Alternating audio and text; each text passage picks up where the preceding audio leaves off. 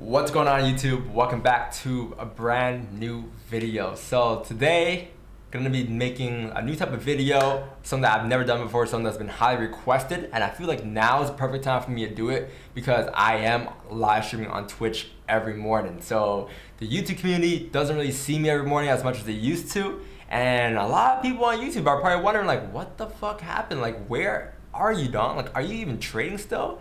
Yes, I'm still trading. And a lot of you guys have questions about my $1,000 account.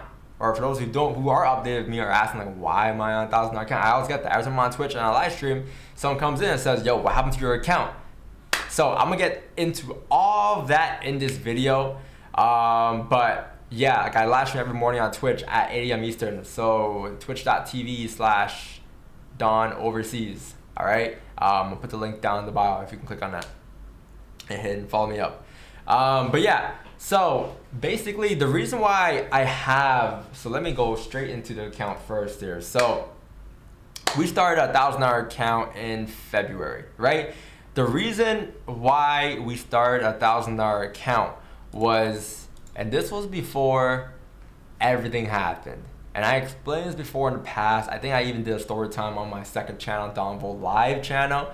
You can go find that video where I explained what happened to me last year, literally like probably like 10 months ago, I think.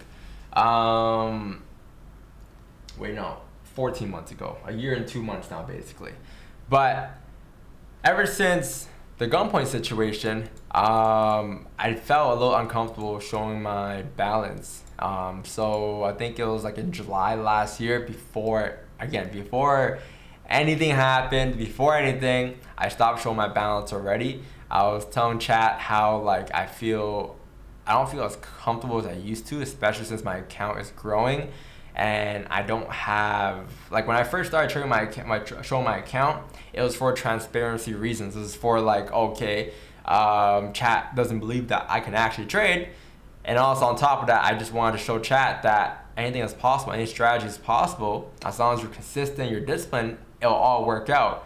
And we did do that. We did that for a couple of years, and obviously when I first started doing that, I had a $10,000 balance, maybe less I think. And then as the years gone on, it eventually got to a milli. And I guess when people heard the milli, people were like, yo, Don, like, bro, where's, come on, where's the money? It's like, yeah, so it got to a point where I just didn't feel safe doing it no more. And I'm like, you know what?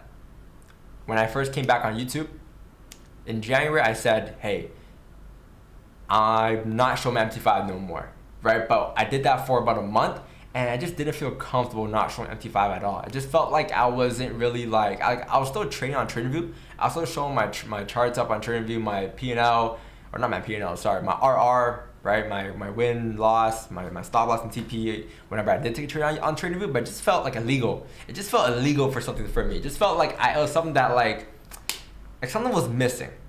And myself, I have been trading on MT5 a lot more than TradingView, so I just wasn't used to it as well. So I'm like, you know what, chat? I asked chat, what should I trade next year? What should I trade next month, chat? Should I trade a $100 account, $1,000 or $10,000 balance? And everyone in chat's like, yo, Don, just trade a $1,000 balance on stream, because we can all relate to that balance. I'm like, okay, you bet. So then in February, we started off trading a $1,000 balance. And that's the reason as to why I have a $1,000 balance now.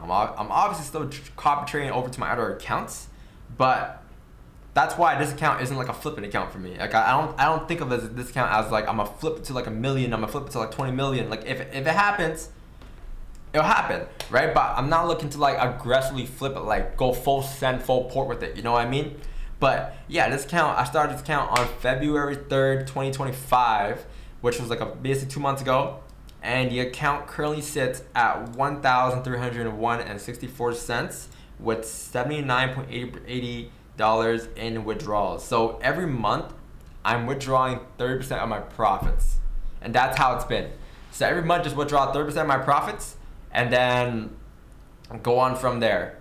But yeah, this account's off to a great start. It's up roughly 38%. 38% is roughly up. So we had an amazing month in March. I think March was our best month so far in the account.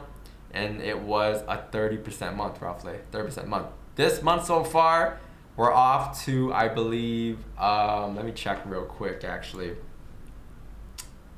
So this month we started around here, the first. Yeah, so from there, yeah, right there, 8.82%. We're up 8.82% for the month, this month on April. So again, all my trades are taken live on Twitch every morning for everyone to see. The same way it's been on YouTube, taken every morning on Twitch. And it's the same thing. Like we hop on our charts at 8, we do our little breakdown, wait for our trades, and then we take it. And then we calculate based on percentages now. That's the only new thing I'll say that we do now, because I do believe that, you know, calculating percentages are a lot more efficient than calculating pips or anything else, or balance even. But yeah, 8.82 for the month. So I average like roughly 1% per day. But before I get into any of this stuff here real quick, before I lose track of that, I want to talk about obviously my trading and like kind of how I've been finding my entries, what I've been doing. I know a lot of people just haven't really been following up with Twitch as much.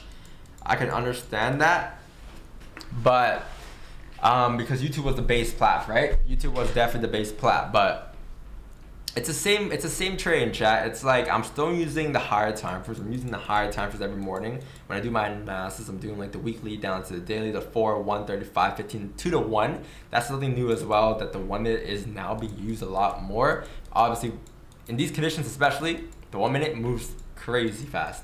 Obviously more than what it did in the past, but especially in these conditions, it moves like 20, 30 pips per minute candle.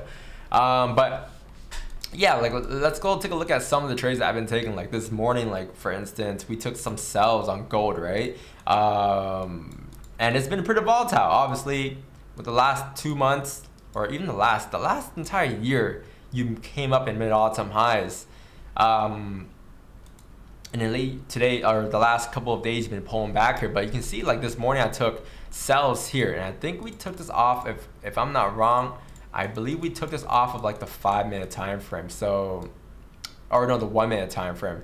I think what it was we closed back below this range here, and I said, you know what, we're closing back below here. You should continue to fall down towards here. Let me just open up my Zoom real quick, because I can draw here for you guys, show you guys what I got going on here. All right, boom, boom. Okay, so yeah, basically like I had something here marked up, and for the day I was kind of bearish for the day in terms of structure. I think what it was the 4 hour time frame. So early we were here today, right? We were somewhere here. We're here, and I said, you know what, chat? I don't think, because in this situation, in the past especially, I would believe that this right here is liquidity. So I would believe that this is liquidity for you to drive up now, right? So like, let me just, hold on. Let me just do it properly. Zoom out, center it, show you guys exactly what's going on here, right? So in the past, I would literally be like, chat, this is liquidity for you to continue driving up the opposite way, right here. I'll be like, this right here, this move down is liquidity for us to drive up, because we're still bullish overall, which is true. We are still bullish overall. This trend is still bullish, but in terms of liquidity, here's the logic behind it. I understood that if price were to, so if price were to drive down, it would need liquidity to drive down. And by driving down, I mean like driving down, continuing the trend, not just like down to like retest the lows and that's it. When I mean down, I mean like it's gonna come down like this, right? So obviously you didn't get any top wicks. Like the only time you had structure was maybe here, and that was like, I think Friday, right? Here, he had another move here, right? But same thing that happened here is the same thing that happened here. You see how this candle closed, came down, next candle came up? I'll count this as a doji candle. Same thing here. Came down, next candle came back up at the opening. That's a doji candle, right? So that's not really liquidity. That's still price, respect, and structure. You can see here too on a smaller time frame, like you make your highs, you're making highs. So for me, it was like, okay, well, you don't really have liquidity for you to drop down yet. You're kind of at a point where It's kind of at a point where you're still respecting this structure, right? That structure is still being respected, and you have levels down here to the left too. So 29.50 to 30.41. This is the range that you're in right now, and you're in the middle of the range, right? This morning when I came to the charts, you were like somewhere over here, but you were still respecting these levels here. So I said, you know what, chat? If price is gonna come down, it's gonna need to grab liquidity first, and it can still come down without grabbing liquidity first. Like, it doesn't need to have or create a top wick before coming down like this. It can easily just trickle down without creating a top wick. And if it does that, there's a much higher chance that it eventually comes back up to grab liquidity or to even reverse. So here's where things get a little crazy here. So you had this over here, right? Obviously, price came down. It didn't print any type of structure in these zones here. There was no top wicks being printed. There was no liquidity, right? Liquidity would have been like a wick looking like this probably before coming down, right? As long as you're respecting the previous highs, which is up here. That didn't happen. You came down first. So if you go on the weekly now, and then you go on the daily time frame, you're gonna see that, oh shit, the weekly and daily, these two time frames here are still overall bullish. The weekly could still flip bullish at any given point. If you look at the weekly, I know it looks a little chopped on MT5 here, but you can see this bearish candle right here closed respecting these areas to the left here, right? You never close below. So I know there's a gap here, chat. There's a gap here on TradingView. It's where it closed right here, okay? So don't really mind this. This is the weekly close respecting here. It looks like this right now. Or it should look like this without a gap, right? So it closed here, and the first thing it did for the day, for the week, was it came down first, and now it's starting to pull back. So if this is the level you're still respecting on the weekly, look at the last time the weekly closed bearish, right here, right? What happened next week? It continued to push up. So yes, like in terms of this, like you're still respecting structure here. You're still respecting structure here. I would assume the same thing would happen, that you eventually will flip up for the weekly. And I'm still bullish for the monthly because the monthly candle obviously closed bullish last month. I know we have no top wick, so that could be an issue as to why price is coming down. But again, it's only the first week of the monthly. Only the first week of the monthly, and you still got 3 more weeks to go. So if, let's say third week now, we go into the third week of the month, and the third week of the monthly, we're still closing bearish on the weekly. We have more weekly closures, and we're closing below these levels to the left here, these ranges. Okay, great. At this point, you can say, shit, we're going down now. We're gonna continue down. And where are you gonna continue down towards? Probably the next range fill, which is roughly in these areas here. And that's when things get crazy. Gold can actually come back down and pull back for once, right? But until you actually have those closures, there's no indication that will happen just yet, all right? So that's gold there, chat. Again, monthly, still bullish. Weekly was looking like that. Daily is bearish still, so there's that. I believe the daily had a range to continue down towards these areas here. I swear, chat, I think I did mark up this exact zone on my, what do you call it? On the morning analysis too. This exact zone, wow, that just got tapped. But yeah, that's kind of why like I took sells today, right? Obviously you're saying like, yo, Don, like you crazy, bro? Like, you telling me you did all of that just to grab 25 pips in this range here? Like, yeah, that's great.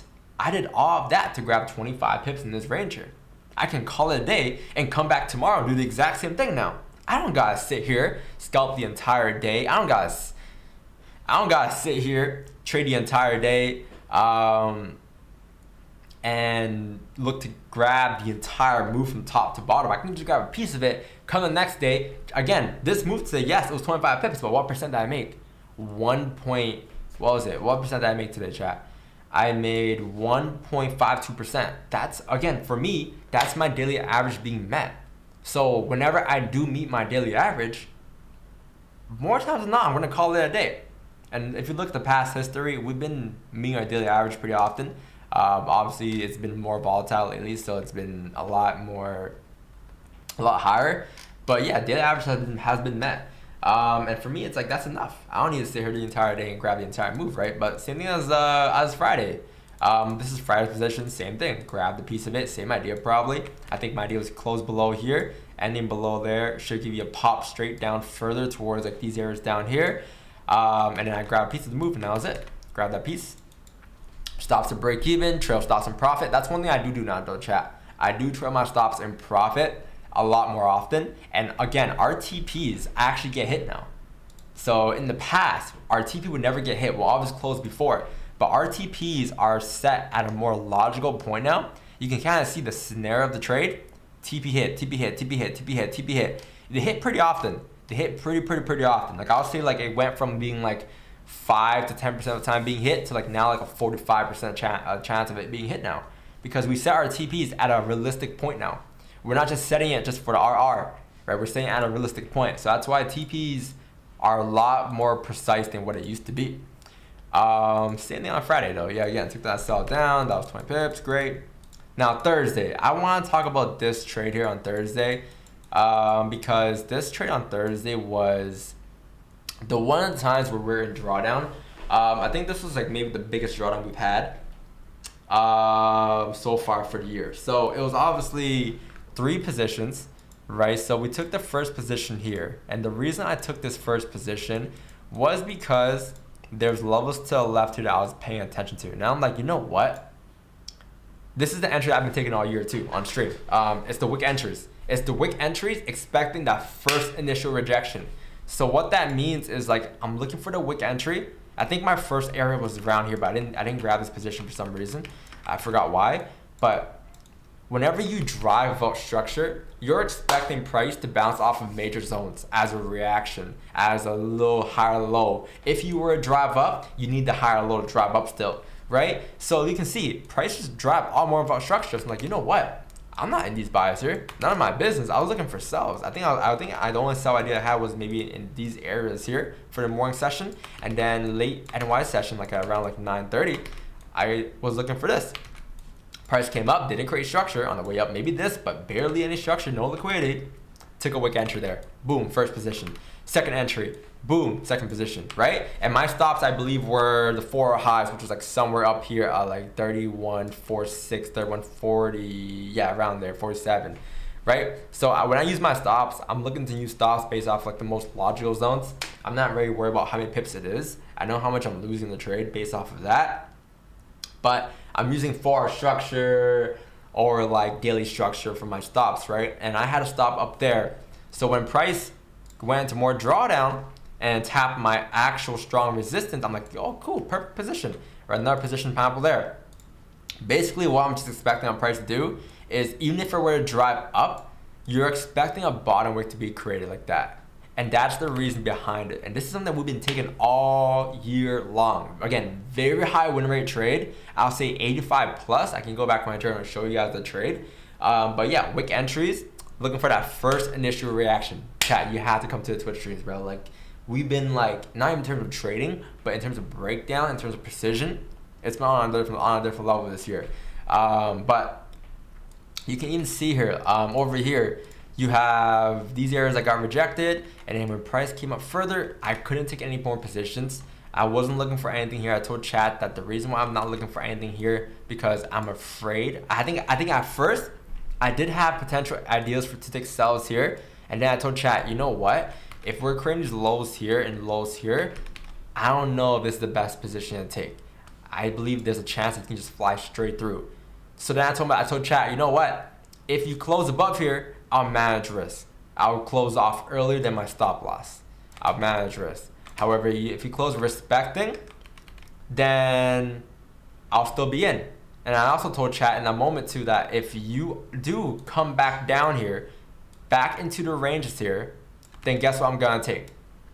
Anything below here, I'm taking sells straight down because you're going straight down to fill this range here. And that's the move that we took. We took that third position right here. And then guess what? We closed 1, 2, 3 positions right there in profit. And that was a 2.2% day for us. So very key to just stay true to your plan, stick to your structure, stick to your plan, and don't get caught in on noise, especially when you're in drawdown. And I know it's harder when you're a streamer, obviously, because chat's just yelling at you, yo, close off, close off, close off. Why are you still in? Get out of drawdown. It's not a good trade, da da da da da da da. But guess what? You just have to trust your analysis because no one else knows your analysis but yourself. You can't ask someone a question on how your analysis looks. You can ask for like tips here and there, but That's your analysis. You have to be confident. Otherwise, why did you enter the trade in the first place? If you're not confident in the trade, why would you enter? And that's when I'm in drawdown, I'm not always like, I'm not nervous because I know why I entered. If I entered with a little bone, like one bone that said in my body that said, yo, this is I don't know about this time frame. This time frame's not aligned with the rest of the time frame. Sure, that confluences off. I might be a little nervous, right? But when you enter with confidence and everything in your trade aligned with your analysis, there's nothing to worry about. You know where your stop loss is. You know what your TP is. You know how you're going to manage. And during the trade, you would be able to read price as well. And those price points will give you more detail as to what happens next. And sometimes it might give you a third pineapple there, right? So, again, that was the pineapple. That was the drawdown trade that we did have on stream that day. Yeah, I can continue going here for a couple more trades here. Like maybe these two trades over here. I think this one right here, which is another pineapple we had here too. This was pineapples as well. I think in this situation, we took sells as you started to break out below the range here. Again, I really don't remember the exact detail as to why I entered everything. Because this happened like, you know, days ago. What is this? Why is it doing this?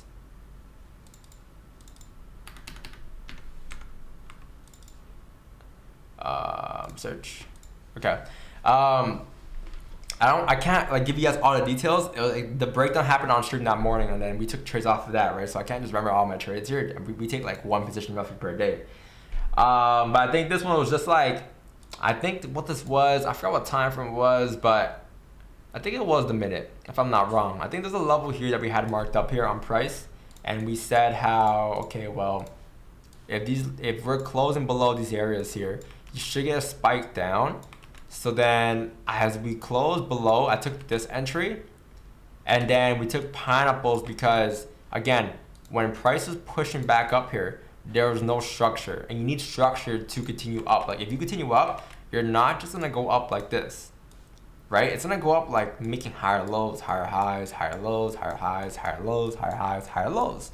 So obviously in this case, as this minute candle printed with no type of bottom wicks, nothing, I took pineapple positions, and then we closed off in profit. I think this is like a 1.9% day, something like that. I'm pretty sure it was. Right, so then took that trade. That was another pineapple trade we had.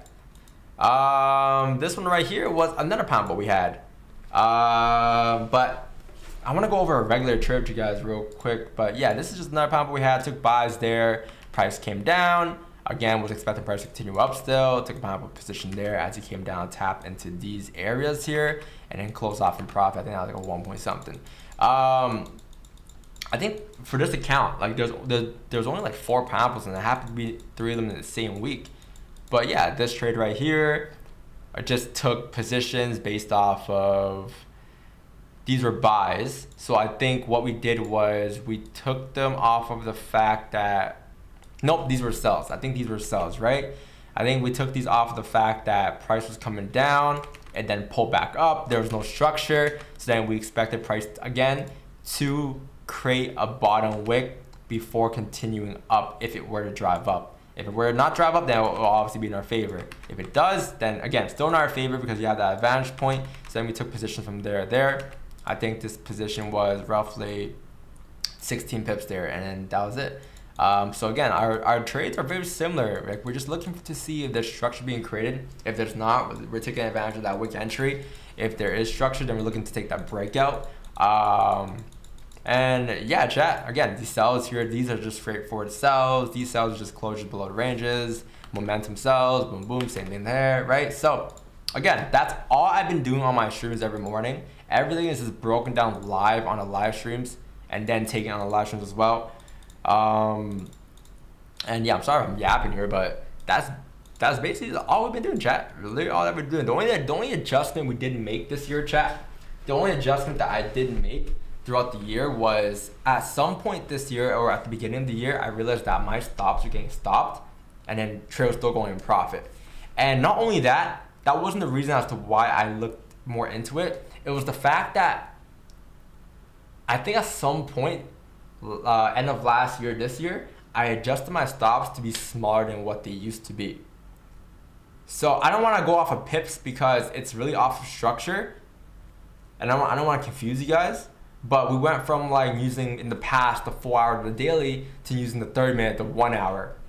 And then I realized this year, as I was using the 30 minute and the 1 hour, I was getting stopped out a lot more than I did in the past. And when I did get stopped out, for instance, like when I did get stopped out, it would come back to my entry back into profits. But for instance, like let me just draw it out for you guys. Let me just illustrate it. So let's say like, you know, you're moving on bullish here like this, right? This is bullish, great. You have like bearish candles here, cool. You got bullish candles here, cool, right?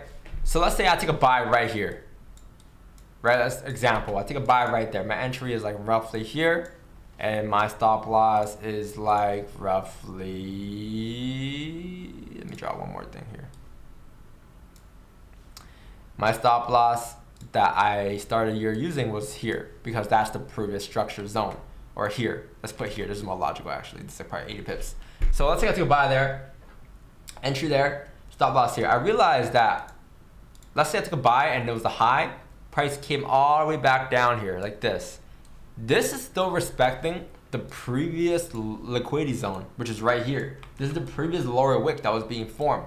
So I started using these time frame structures instead, these smaller time frame structure, right? And when I did that, I would notice that, damn, I was sometimes going drawdown, price would spike me out, or not even notice. This happened to me like 4 times to start the year off. All my stops this year were based off of this.